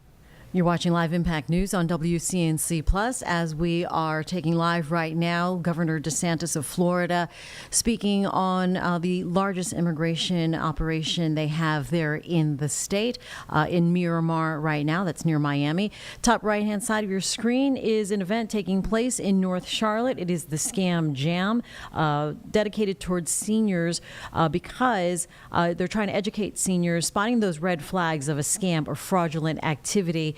Some scams are costing a lot of seniors more than $3 billion a year nationally. So that event for seniors. And another live picture of the astronaut walk. It is a spacewalk underway just outside of the International Space Station, just running some station upgrades for the next several hours. You're watching Live Impact News on WCNC Plus. Thank you. Good morning. The first thing I want to do is follow Governor DeSantis with thanks to our federal partners. Thanks to our federal partners for placing their trust in us. Thanks to our federal partners for reposing their confidence in us to be one of what is the first of its kind partnership in the mass deportation immigration enforcement setting. We are very grateful for that. 100 days ago, the President of the United States, upon his inauguration, declared a national emergency. He ordered, and when I say you all, I mean my federal partners here in this room, he ordered you all to secure our borders, and he ordered you all to deport over 15 million illegal aliens who had invaded our country and infiltrated our communities. And I say this vicariously proudly for you all. I used to be with the Department of Justice, so I have some federal DNA that still runs through me. I am so proud that you all, our federal partners, in about 7 weeks, effectively, functionally secured our national borders and restored our national sovereignty. Yesterday, I saw President Trump presiding over a cabinet meeting where Secretary Noem took it out several decimal points that as of yesterday, at least, the border is 99.99, and maybe she went on for some more, but effectively secured. So job well done, and it's an honor to be your partner. But, and by the way, I should mention, I spent some time on the Texas border, and over 60% of the folks, the illegal aliens that invaded this country were headed to Florida. So a special thank you from Florida to President Trump and Secretary Noem for that great accomplishment of securing our border. But the transition and focus now is on what I understand to be the largest deportation campaign in American history. Millions and millions of people embedded, illegal aliens embedded in the heart of our country, and that is a huge task and a huge undertaking for any organization. What a lot of people don't know, given the size and the power and the authority of the federal government, that when it comes to law enforcement, federal law enforcement is really only about 15% of all the law enforcement in this country. 85% of the everyday regular law enforcement in this country is at the state and local level. In order for the federal government to carry out its mass deportation mission, it absolutely has to have not just the kind of passive, yeah, we're with you, support and assistance, but direct engagement, leaning forward, ready to assist, hand in hand. Our governor in Florida recognized that within a week, I think, Governor, of President Trump's inauguration, and called the special session of the Florida legislature, where everybody in Florida combined, the legislature, the governor, all the members of the cabinet, said, we are lockstep with you, Mr. President. We are there 100%, every bit of the way, leaning forward, 287G, the whole works. So to leave my thanks for my federal partners at the moment right now, thank you for reposing your trust and confidence in us. And Florida looks forward to being the bellwether, the blueprint, the prototype of how state and locals work with their federal partners to make things happen and get things done in all settings, but in this instance, the mass deportation setting. Let me turn now to something I don't do often enough, and that is to thank my Florida state and local colleagues, some of whom are standing behind me, but not all of them are. And some say that familiarity breeds forgetfulness in who matters to you and who to be grateful for. So I want to express my gratitude to them and all they've done to make this happen and will continue to do to make this happen. About 3 months ago, when I began my efforts toward this project, I went to Washington, D.C., and I spoke with one of the senior leaders at DHS named David Venturella, and I told him unabashedly that Florida is going to do absolutely whatever it must do to be the best state partner for President Trump and Secretary Noem in this endeavor. Shortly after that, the state and all of our state agencies came to Miami, where there's the greatest concentration of the DHS folks that are really calling the shots of what happens in Florida. And we met with them, and we didn't just meet with them and leave and go back to Tallahassee and other places. We embedded with them at the Joint Intelligence Operations Center and formed real relationships. And we have continued through representatives of state law enforcement agencies to be there in that federal space, breathing the same air, arm in arm, sitting next to each other, doing all the things you need to do to go about finding, sorting, detaining, and deporting illegal aliens, especially those that are residing in the state of Florida. These are real, authentic relationships, federal, state, and local working together in one physical place. Imagine it in the 21st century post-COVID. They are very well underway in their efforts in terms of understanding Florida's capabilities and capacities, all the tools that the state of Florida has to bring to the mission. And I would say that, as you all can tell from Governor DeSantis and his approach, not just are we there passively offering tools, we want to get in and do the work. And so Florida is also offering solutions. You heard the governor mention some of them with regard to detention and transportation, all involved in this process. There are two individuals that have a very key role in scaling this up, where this blueprint can be taken to other states from Florida. And that we have with us behind me today, Director Kevin Guthrie of the Division of Emergency Management and General John Haas of the Florida National Guard, in terms of the mass movements of people. After they have been found, after they have been detained, there's lots of movements, there's lots of needs for housing, lots of logistics complexities that would make Amazon delivery or Federal Express blush. They are amazing in their skills, and they're offering those. So I want to say a quick thank you to my my state partners once again, my state colleagues, for being chosen, for being trusted, and for making Florida proud. As I bring it in for a landing here, my perspectives on Operation Tidal Wave is I'm so enthusiastic, so excited, I'm not surprised. I knew it would be a success. Our federal partners are amazing. The state leaned in on it, and those numbers are wonderful and they're great. But quite frankly, my perspective is that Operation Tidal Wave, at least that 1 week of it that's occurred already, our first op, so to speak, was a warm-up, was a test run, was just to kind of see how things played out after all those months of working and planning. I see it as just that. It is not going to be just a succession of surges and operations and press conferences. This is going to be a sustained, persistent effort. And these relationships that I've gone on and on about today prove themselves in the heat of battle, and I'm so glad for that. But it's just a warm-up. The greatest obstacle that I perceive in this whole space right now is lawfare. It is the weaponization of the judiciary, and it is things other than the mission itself, things unrelated to finding, sorting, detaining, and deporting. That is the greatest obstacle to slow down momentum for those who want to obstruct this process, and it is essential that there be strong leadership. It takes a unique type of leader in this type of environment, a leader that is bold, a leader that is decisive, a leader that is resolute, and a leader that is, and leaders plural, who are undaunted in the face of this weaponized judiciary and lawfare. And we absolutely have that. The stars have aligned. It's a perfect storm of goodness with President Trump, Secretary Noem, and Governor DeSantis. They are the right leaders at the right place at the right time. Lastly, my perspectives on the partnership going forward. Once again, what has happened here this past week that we're here talking about today is a warm-up. What matters now is how we put together our plan or finalize our plan for execution on what is going to be constant, persistent pressure and effort in this process. And a key to that is going to be measuring success. A lot of people fear accountability. They don't like it. They don't like to measure things. But this is quintessentially a numbers mission.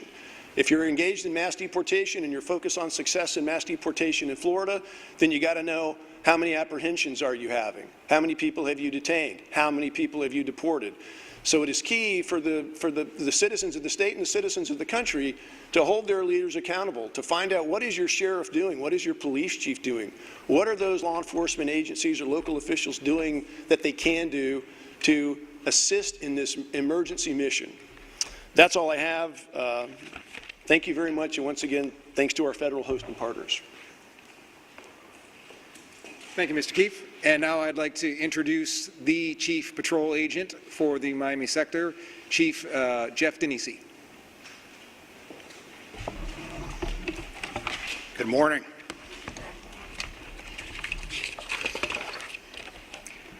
I want to begin by thanking Governor DeSantis and the Florida state law enforcement partners and military partners and the Florida sheriffs for leading the charge across the nation in immigration enforcement.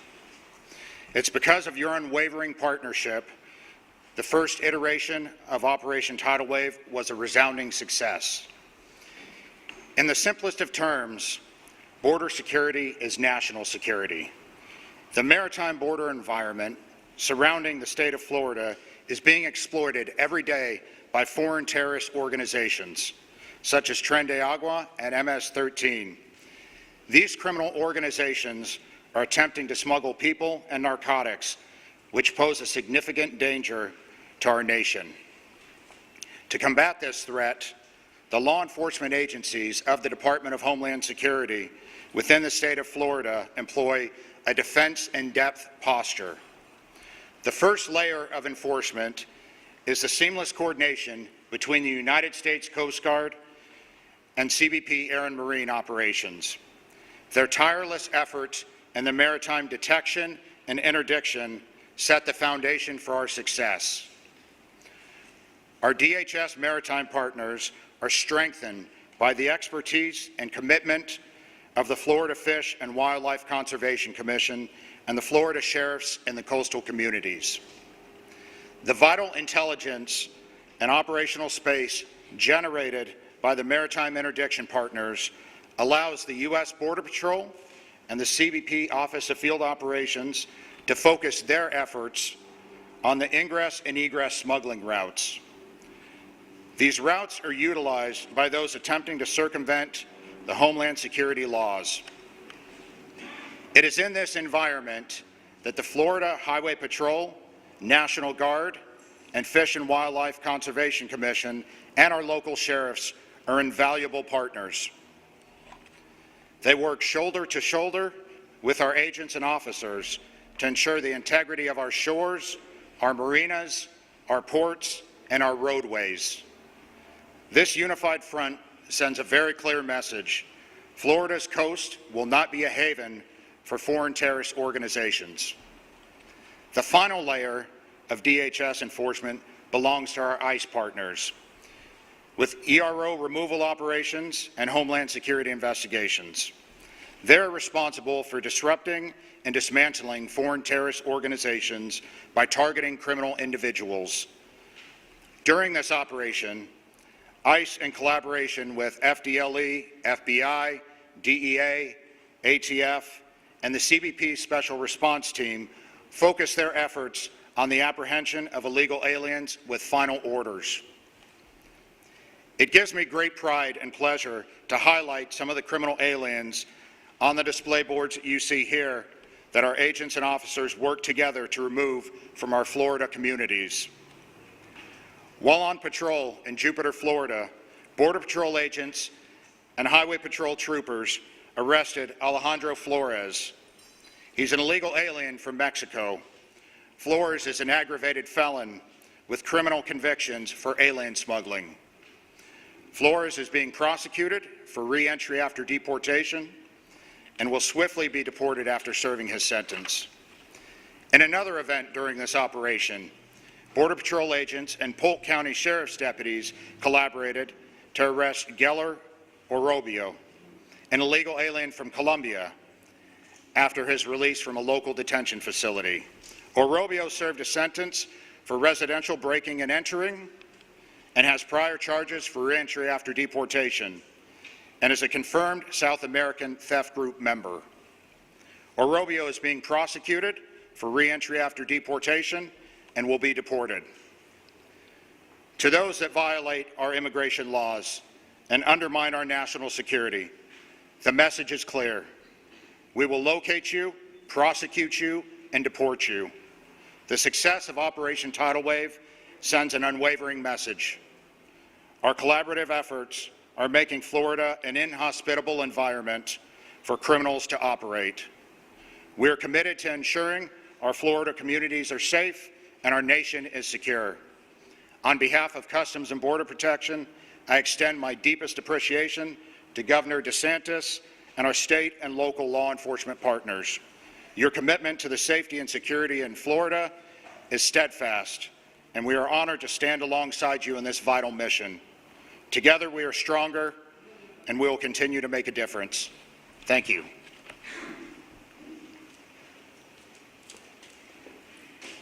Thank you, Chief Denisi. That will conclude the presentation portion.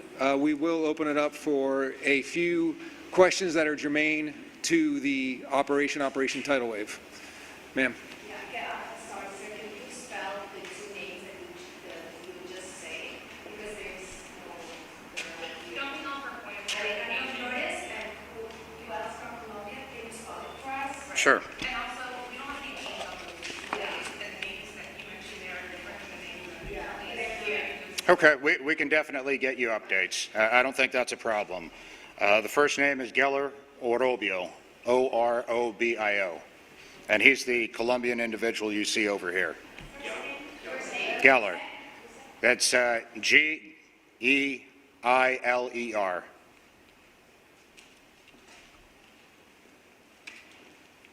Folks, should you please say your name and your news organization, please? Sir. Julio Rosas with Late Media. Two questions for the governor. You have been watching a live press conference there from South Florida on their joint effort on the largest immigration operation in Florida history with ICE and several federal and local agencies. I want to take you back into the Queen City right now because Mecklenburg County has been hosting its Scam Jam. It's going on from 10 until 2 today, hoping to educate seniors on spotting the red flags of a scam or fraudulent activity, how to report fraud. This is a free seminar and lunch. Scam Jam taking place right now. Let's take you there live and listen in live on Impact News on WCNC+. To try and mitigate some of the issues that exist here. The first thing I'll mention is something that Dan mentioned, and it needs to be emphasized, is, and this was talked about in Murphy, is that there is so often there's a stigma attached to scams. If you're a victim of a fraud or a scam, people tend to be embarrassed about it, and it's very important to understand, don't be embarrassed about it, because as Dan said, everyone can fall victim. I'll give you a personal example of a friend of mine who is one of the smartest people and most savvy people and one of the best business people I've ever known in my hometown. I'm from Brevard. I live in Brevard. And she runs a summer camp in Bedford, and very successful summer camp.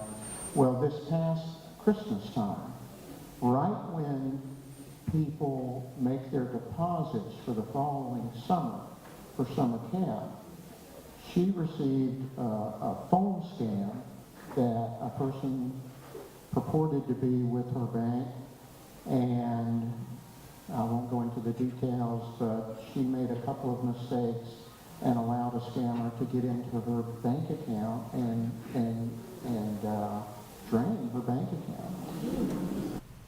All right, obviously the sound is a little ambient from that live picture at Scam Jam, but our Kevin Wardlaw, our photojournalist out there shooting this video, also talked to a couple of seniors, and they had some good interviews, and so let's listen to that. This is previously recorded just moments ago from this event, Scam Jam, to educate seniors on spotting and reporting fraud.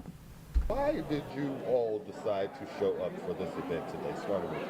Okay, because we're seniors, and we've noted that seniors are among the largest groups that are being scammed. So we wanted to come to see if we could just kind of get an edge on things that might be in the works for those who are trying to scam us. And I echo what she says, and also because it makes us more savvy as to what's going on with technology now. What do you hope to gain today? Besides what you previously said, what do you hope to gain when you leave here? Okay, just kind of an idea of what scams, the kind of scams that are happening right now, and to just be more savvy about being alert to things that come to us on our iPhones or our internets, and just those kinds of things. Yeah, and even scams of people just walking around the neighborhood trying to scam us too. You know, saying we can do work for you and don't do it and stuff like that. So, I mean, does it scare you all about these scams? Does it scare you that you're vulnerable? Yes. Yeah, it scares us, but it also makes us want to do what we can do to protect ourselves. Yeah. How concerned are you about this scam? Very concerned, because every day there's a new scam that they're reporting on television or on media of some sort. So yeah, it's very concerning, and I feel like I'm not as savvy with technology as I should be, so this hopefully helps expand my knowledge. Same thing? Yes. Does it scare you both, or that you could lose financially at this stage in your life? Oh yes, but if you click the wrong button, say the wrong thing, or answer the wrong call, we realize that could happen. And you know, I know about Pat and myself. We've worked hard to be in the place we are financially, and we don't want to lose what we have. I echo that. Anything else you two want to say? I'm glad that they have these kinds of programs, and that we were invited. We're, not necessarily just members of this church, but the community at large. We have the opportunity to come and share in this. Yes. And that was just moments ago at Mecklenburg County's Scam Jam taking place. Also moments ago, this demonstration in Waxhaw, an event they're calling May Day, National Day of Action. You could see a number of folks there holding signs.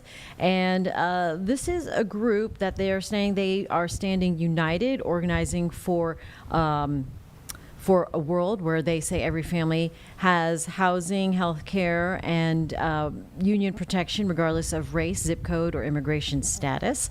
They say that this May Day, they're going to turn the page, that this is the beginning of a new era, and that the Trump administration has ruled too long. So this demonstration taking place in Waxhaw, taking place there until 11:30 this morning. I want to take it back out live now to Washington, D.C., our nation's capital, where the Senate Senate floor debate is happening until 3 this afternoon. Chuck Schumer taking the stand. You're watching Live Impact News on WCNC+. Musk says they want to get rid of waste. There's no waste here. Social Security is one of the leanest operations there is. But they just want to kill it and probably eventually privatize it. The hard right wing, which hates all government, wants to take this crown jewel that Americans have and love, Social Security, and privatize it. That's what some of them want to do if you read some of these academic papers. No way. We're going to fight that tooth and nail, and we'll stop that. Republicans have a choice when it comes to this nominee. To confirm him is to be complicit in dismantling Social Security. They should vote against moving forward today. I yield the floor.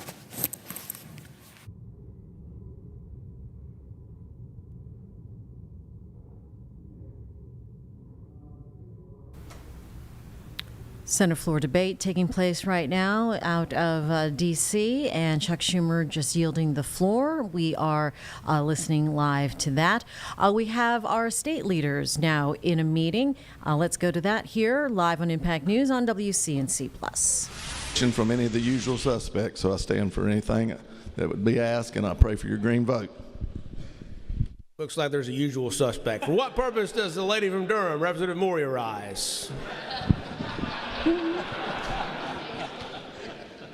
You stole my line, Mr. Speaker. Glad to help. To debate the bill. Ladies recognized to debate the bill. Thank you. This bill is incredulous to me. But think about it. Right now, it is a Class I felony for any gun to be brought on educational property. We are taking that concept and making it legal to have a gun in private schools. I cannot imagine any, and I have not heard from one private school teacher saying, I'd sure like to have a gun and the ability to take one on my school.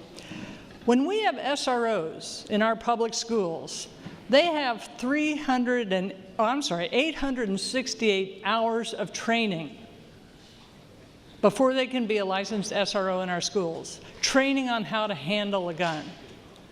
And if we pass HB 5, with the changes to carry concealed weapon, without that, a person who is 18 with only 8 hours can have a gun, carry it concealed, and get permission on a private school to bring it on. So that means you can have a senior in high school in a private school getting permission to bring a gun into that school. That's what this bill would allow. Do we really want more guns in our schools? More guns in the hands of people who are not trained?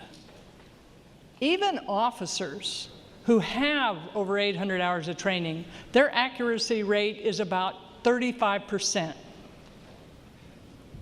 in a high-stress situation. And now we're saying someone with 8 hours of training can be in school grounds. If this isn't close to insanity, I'm not sure what is. We're saying who will give permission. It says the person in legal possession or control of the educational property can give written permission to someone. That's a little bit undefined. I am really worried what this will do. If there is, in fact, an emergency and officers arrive and they see a plainclothes person who may have permission, they don't know if that's the perpetrator or if that could be a victim. The confusion could be immense. Much less important, but the second part of this provision is about shooting ranges, and it prohibits any locality from allowing 48 hours notice for nighttime operation of shooting ranges within a government locality.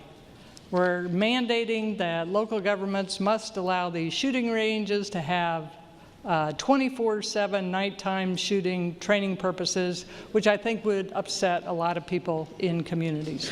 So, but the first part is the most important. I urge you to vote no on this bill. For what purpose does the gentleman from Wake, Representative Jones, rise? To speak to the bill. The gentleman is recognized to debate the bill. Well, you know, the first thing I want to say is I want to talk about guns just a little bit. I'm a gun owner. I had a very close friend in college who taught me how to shoot. He was a marksman. He used to say jokingly, Jones, if you ever need me, call me. I'll be available to you. But I learned how to shoot really well from him. And I like to shoot. I like to go to the range. And I'm pretty good, actually, I think. Not as good as some. I'm sure a lot of ex-military guys are better than I. So I'm not an anti-gun guy. That's where I'm coming from. they have a place. I like to hunt. I like to go to the range. So I'm just going to put that out front. Now, unfortunately, somewhere along the way, someone spread the myth that in this country they're trying to take your guns away. That's a myth. It's a bald-faced untruth. Nobody's trying to take anybody's guns. I think the Second Amendment, next to the First Amendment, might be the most well-enforced amendment we have.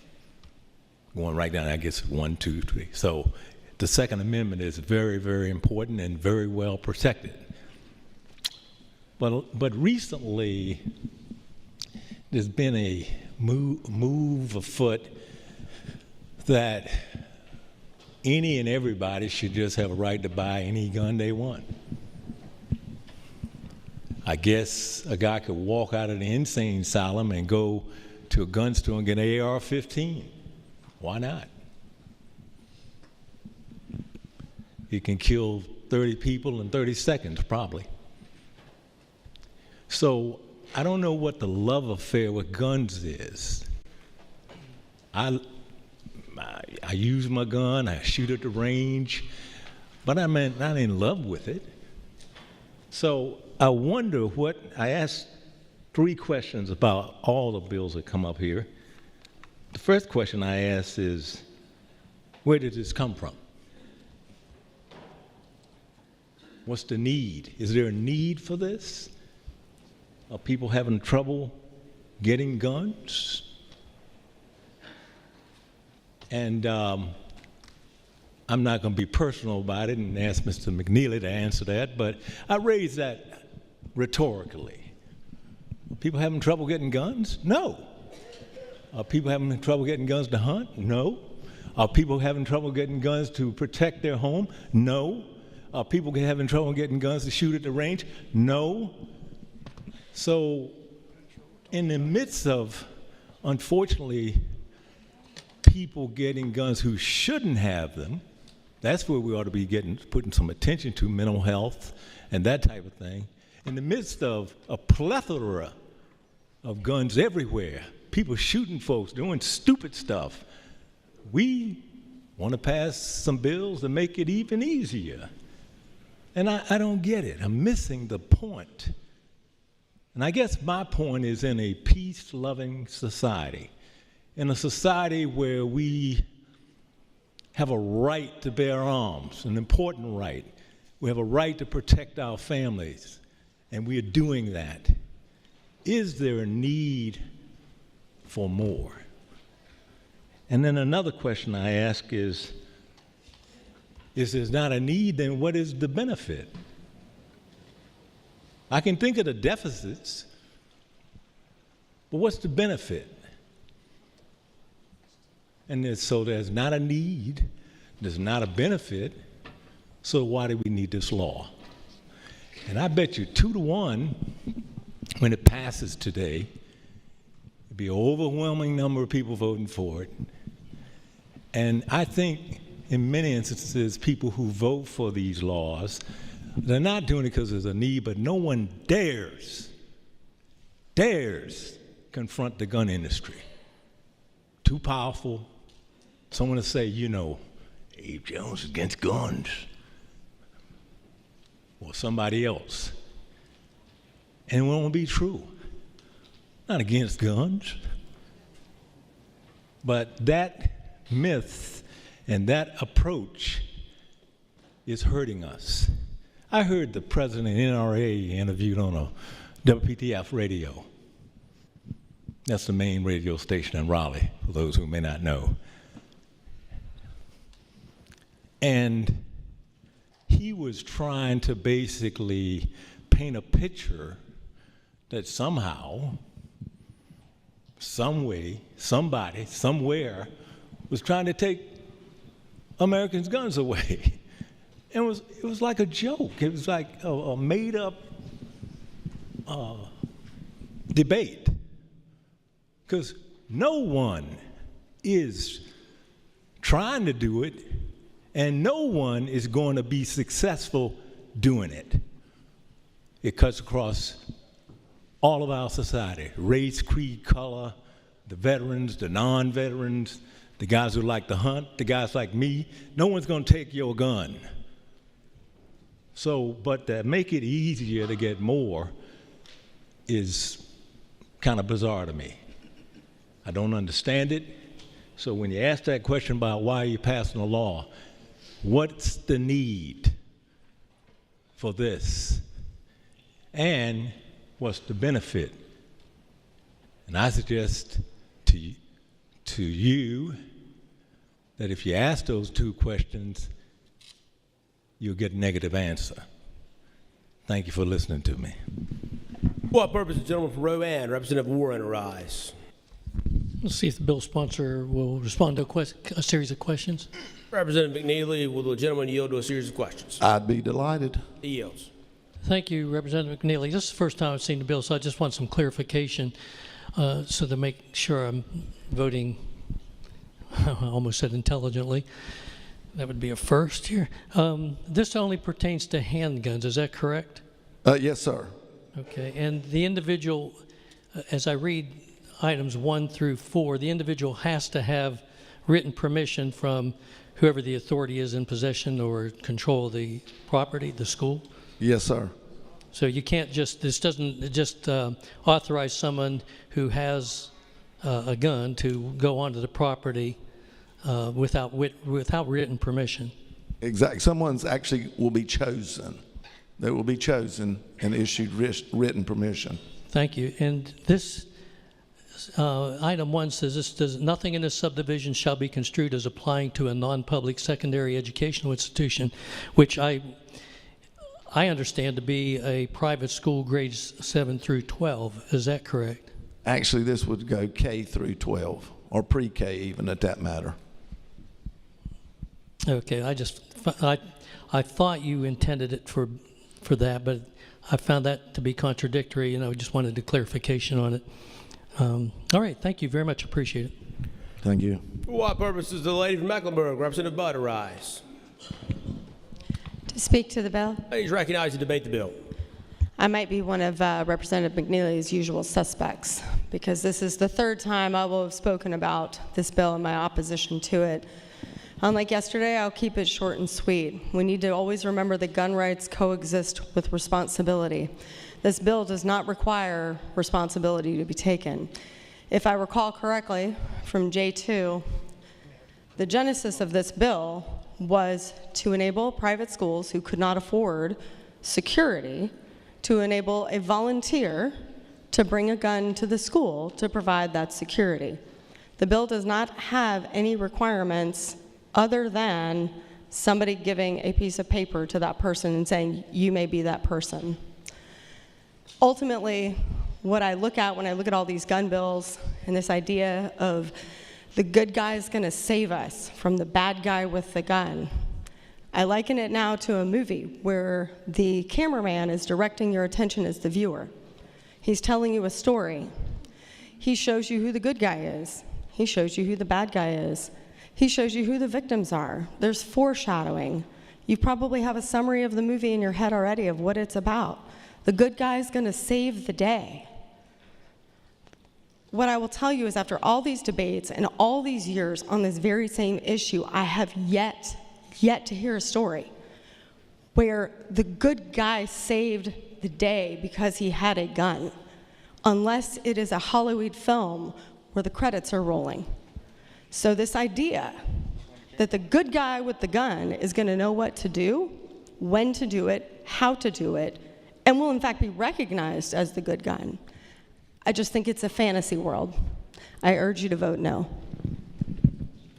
For what purpose? The lady from Mecklenburg, Representative Du, arise. Hi there. Not a usual suspect.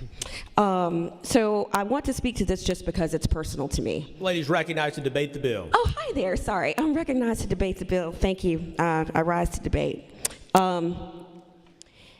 It's personal to me because I lived in Connecticut. And I'd moved before Sandy Hook happened. But it devastated the community.